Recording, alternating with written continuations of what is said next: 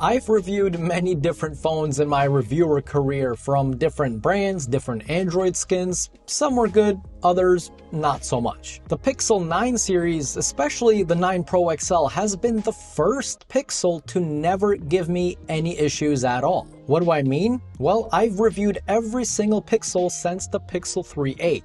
By the way, Google, I still miss those fabric cases. Please bring them back. All the Pixels I've reviewed from the 3a to the 8 have given me problems such as overheating while recording videos or just overheating in general, dropped calls, data issues, and honestly, terrible battery life. The Pixel 9 Pro is unique. Not only do I have no issues with it at all, but the Pixel experience still remains unique. With the release of the Pixel 10 Pro XL, Pixel haters laughed that the iPhone 12 Pro benchmarks higher. But benchmarks are just that. They're just numbers on an app. They don't exactly tell you the full story. In fact, it doesn't really matter how powerful your phone is if the features aren't there. For example, sure, the iPhone 12 Pro has higher benchmarks than the new Pixel 10 Pro XL, but does it have AI? No. In fact, I would even argue that the newer iPhones, such as my 16 Pro Max, you might as well not have any AI in it because the only thing this thing can do, even with its AI, is tell you the time and date.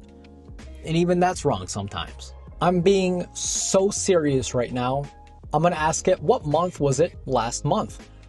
It's like the easiest thing for AI to answer, right? So let me ask it, just for fun. What month was last month?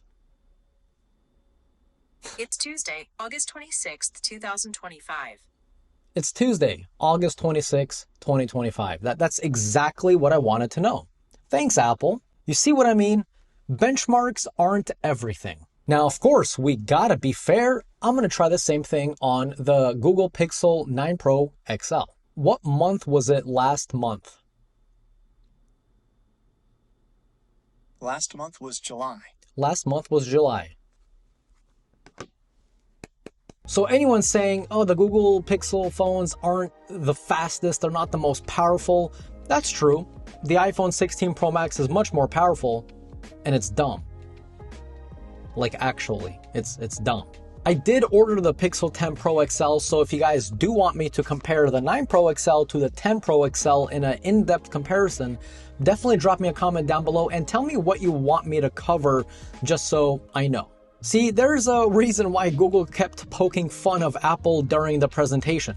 By the way, Google, that was the weirdest product launch ever. Jimmy Fallon looked like he just couldn't care any less.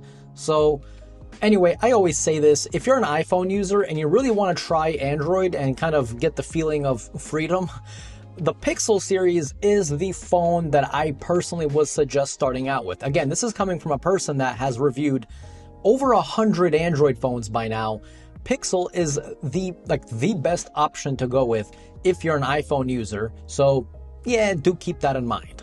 But see, this does kind of confuse me because the Pixels have features that no other phone in the world has, such as the enhanced dictation, which not only works locally, but it's the fastest, most accurate, and puts punctuation in places where it should be. But on the other hand, Pixels also have features that were once exclusive to Pixel and now they just share it to everyone. There's been many features such as the Magic Eraser that came exclusive to Pixels but eventually rolled out to anyone that had the Google Photos app, even iPhones. Or something like the Google One VPN, which was first exclusive to Pixels, and then anyone who had the Google One subscription also got that feature. This doesn't really make sense to me. You know, on one hand, oh my god, $1 trillion company is actually being fair and sharing its features to millions more people.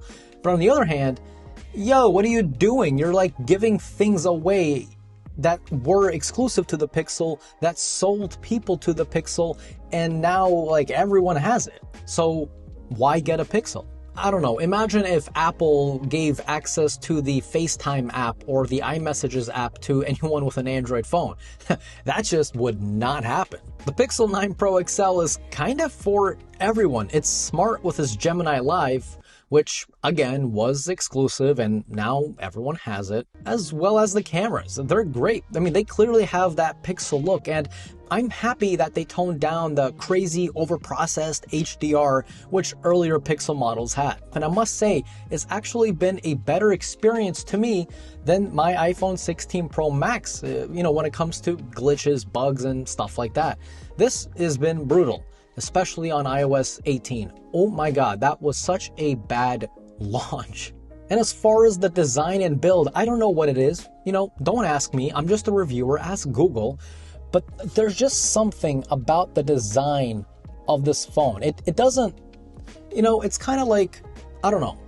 It's not beautiful, but it is after like a couple drinks. You know what I mean? It's one of those weird things that when you look at it, you're like, I like it. Then you look at it again later and you're like, Like, for example, I do not like the glossy rails that go around the phone. Crazy fingerprint, Megan. I mean, you can lift that fingerprint and put it on a crime scene and I'll get arrested. But on the other hand, I love how they made the camera bar matte instead of glossy, because as you guys remember, the previous Pixel models had glossy aluminum on the camera module, and all that did was just get scratched up like no tomorrow.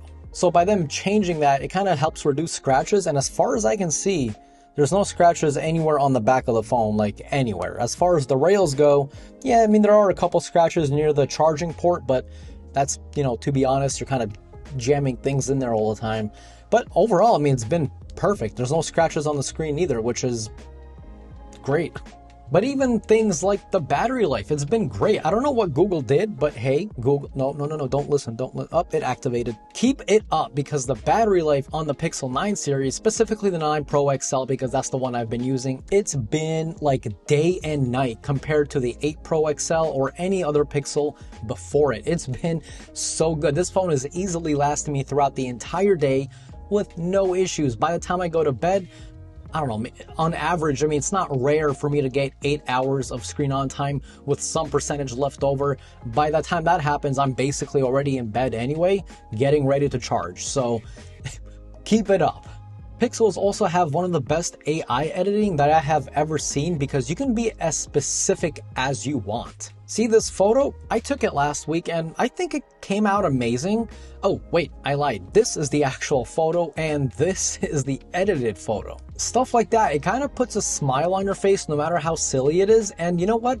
I think that's the Pixel experience. Pixels were never meant to be the fastest and most powerful on paper phone in the world, but I truly believe they are definitely one of the smartest phones in the world that actually help you day to day during your just normal life. The only downside, and when I say the only downside, I mean the only downside that bothers me, because again, I'm just the reviewer, I've been using this phone, so the only thing that actually bothers me about this phone is that it charges really slow. I mean, I don't know, from 0 to 100%, roughly an hour and 10 minutes. It's not terrible, but we have phones that can charge in under 30 minutes. So, it is what it is. But see, again, Google heard about all the people complaining about the slow charging on the Pixel 9 and really any other Pixel beforehand. So they actually increased the charging speed on the Pixel 10 series. Well, the 10 Pro XL, I'm not going to lie to you guys and say it's faster all around the Pixel 10 series, but specifically the 10 Pro XL, I know for a fact does charge faster. So there's that. Google is listening. There's a lot to love about the Google Pixel 9 Pro XL. Maybe it's the design, maybe it's the Google feel, or maybe you just like an all-around great phone that's supported for 7 years and gets smarter as it gets older. I mean, that's awesome. It's crazy to think about, but that truly is the Google experience, not some benchmarks on an app, If you're using a Pixel 9 series, let me know your experience down below. How was your phone treating you? Maybe maybe you've had issues that I haven't, and you want to share those issues with other people that are maybe thinking about buying the 9 Pro XL instead of the Pixel 10 Pro XL and save some money. So definitely drop me your comments down below, and if you enjoyed today's video, definitely click that like button, and if you're new here and you like no BS tech reviews, definitely subscribe. As always, this was Mark from Mark's Tech. Adios.